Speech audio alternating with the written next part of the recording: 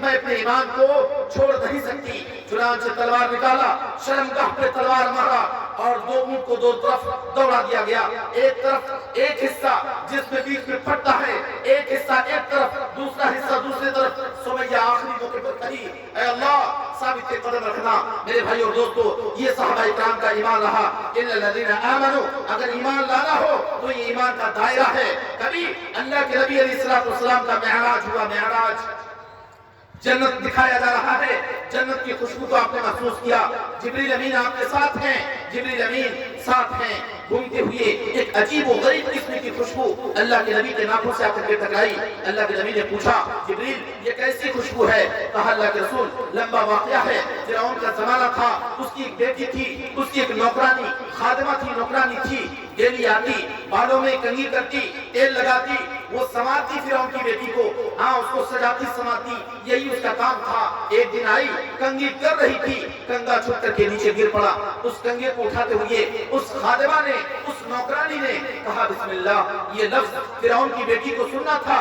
کہا اے میری نوکرانی، اے میری خادمہ، کیا میرے باپ کے علاوہ بھی کوئی تیرا رب ہے؟ کہا ہاں، میرے باپ کا، تیرے باپ کا، پوری کائنات کے باپ کا جو رب ہے، جو عرش پر بیٹھ کر پوری دنیا کا نظارہ کرتا ہے، میں اس رب کو اپنا رب مانتی ہوں۔ کہا اس کی شکایت میں اپنے باپ سے کروں گی۔ کہا جس سے کرنا ہے کر دے۔ فرعون کی بیٹی باپ کے پاس آئی، کہا ابو جان میری جو نوکرانی ہے وہ آپ کو اپنا رب نہیں مانتی ہے۔ کہا اتنی جرأت، اپنے جلادوں کو بھیجا، اس عورت کو اور اس کے 4 بیٹوں کو گرفتار کر کے دربار فرعون میں لایا گیا، پیچھے ہاتھ کر کے باندھ دیا گیا، سامنے بیٹا ہے، اس عورت کو بھی باندھ کر کے کھڑا کر دیا گیا۔ کہا اے عورت تجھے اس آگ کے حوالے کیا جائے گا، ابھی بھی وقت ہے، مجھے قبول کر لے، اپنا رب مان لے۔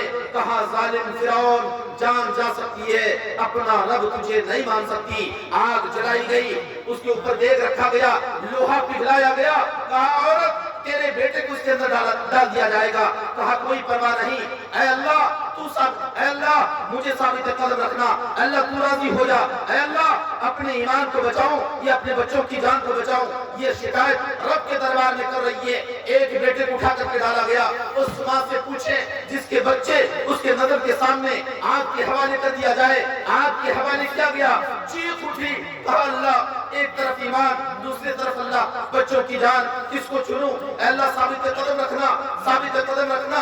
ایک بچے کو ڈالا، دوسرے بچے کو ڈالا، تیسرے بچے کو ڈالا، تڑپ اٹھی، کہا اللہ میں تیرے سامنے اور تیرے دربار پہ تیری عدالت میں اپنے اس قضیے کو، اپنے اس فیصلے کو ڈال رہی ہوں۔ اللہ روز قیامت مجھے اس کا انصاف چاہیے، مجھے اس کا انصاف چاہیے۔ چوتھا بچہ شیر خاری کے عالم میں ہے، پشتان سے لگا ہوا ہے، ماں کے چھاتی سے دودھ چوس رہا ہے، اور اس حالت میں اپنے بچے کی محبت ماں کے دل میں جاگی، وہاں سے بھاگنا شروع کرتی ہے، کچھ دور جاتی ہے۔ 3 بچوں نے شیر خاری کے عالم میں بات کیا ہے، ان میں سے ایک بچہ یہ ہے، کہا ماں کہاں جا رہی ہے، کدھر جا رہی ہے؟ چل ماں اپنے آپ کو اور مجھے بھی فرعون کے حوالے کر دے، اس کے بدلے میں اللہ تجھے جنت دینے والا ہے، اللہ اس کے بدلے میں جنت دینے والا ہے، چل ماں اس کے حوالے کر دے۔ چنانچہ وہ عورت روتی ہوئی، تڑپتی ہوئی اپنے بچے کو سینے سے جدا کرتی ہے، فرعون کی جلادوں کے حوالے کرتی ہے، اور آخری خواہش شکایت کرتی ہے، اے فرعون زمانہ تک میں نے تیرے دربار کی خدمت کی ہے، زمانہ تک تیرے دربار میں تیری بیٹی کی خدمت کی ہے، میری آخری گزارش کو قبول کر لے۔ کہا بول کیا کہنا ہے؟ کہا میرے مرنے کے بعد یہ جو ہڈیاں دیگ کے اندر میرے بچوں کی چمک رہی ہے، اب مجھے بھی جانا ہے اس کے اندر، میری ہڈیوں کو اور میرے بچوں کی ہڈیوں کو کہیں پھینک نہ دینا، کہیں ضائع نہ کر دینا، کسی خاص مقام پر گاڑ دینا۔ کہا جا میں نے تیری اس گزارش کو قبول کر لیا۔ فرعون نے اس عورت کے اور اس کے بچوں کی ہڈیوں کے ایک مقام پر گاڑ دیا۔ جنت میں اللہ کے نبی علیہ السلام کو جبریل امین کہتے ہیں اللہ کے رسول اسی عورت اور اس کے بچوں کی ہڈیوں سے اٹھنے والی یہ خوشبو ہے، اللہ کے رسول اسی عورت اور اس کے بچوں کی ہڈیوں سے اٹھنے والی یہ خوشبو ہے۔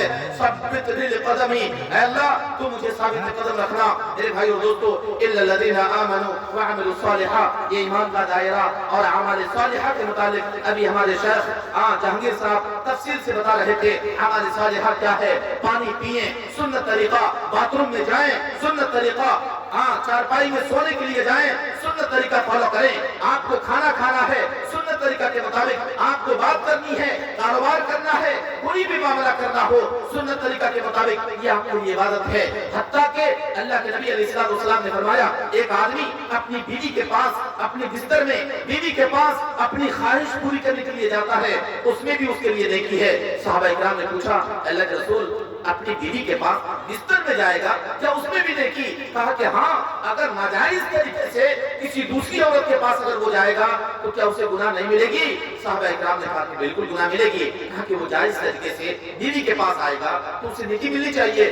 صحابہ اکرام نے کہا بالکل ملنی چاہیے۔ تو میرے بھائیو، ہماری زندگی قرآن و سنت کے مطابق ہو۔ لقد کان لکم فی رسول اللہ اسوۃ حسنہ، ہماری زندگی کا آئیڈیل اگر کوئی ہوگا تو ہمارا نبی محمد رسول اللہ صلی اللہ علیہ وسلم ہوگا، اور ہماری زندگی کا ماحصل جو ہوگا قل ان صلاتی و نسکی و محیای و مماتی للہ رب العالمین، اے اللہ ہمارا جینا، ہمارا مرنا، ہماری عبادت، ہماری ریاضت، ہماری قربانی اللہ تیرے لیے ہے، تو راضی ہو جا، ہمارا ہر معاملہ اللہ کے سپرد کر دیا جائے، یہ ہماری زندگی کا ماحصل ہونا چاہیے۔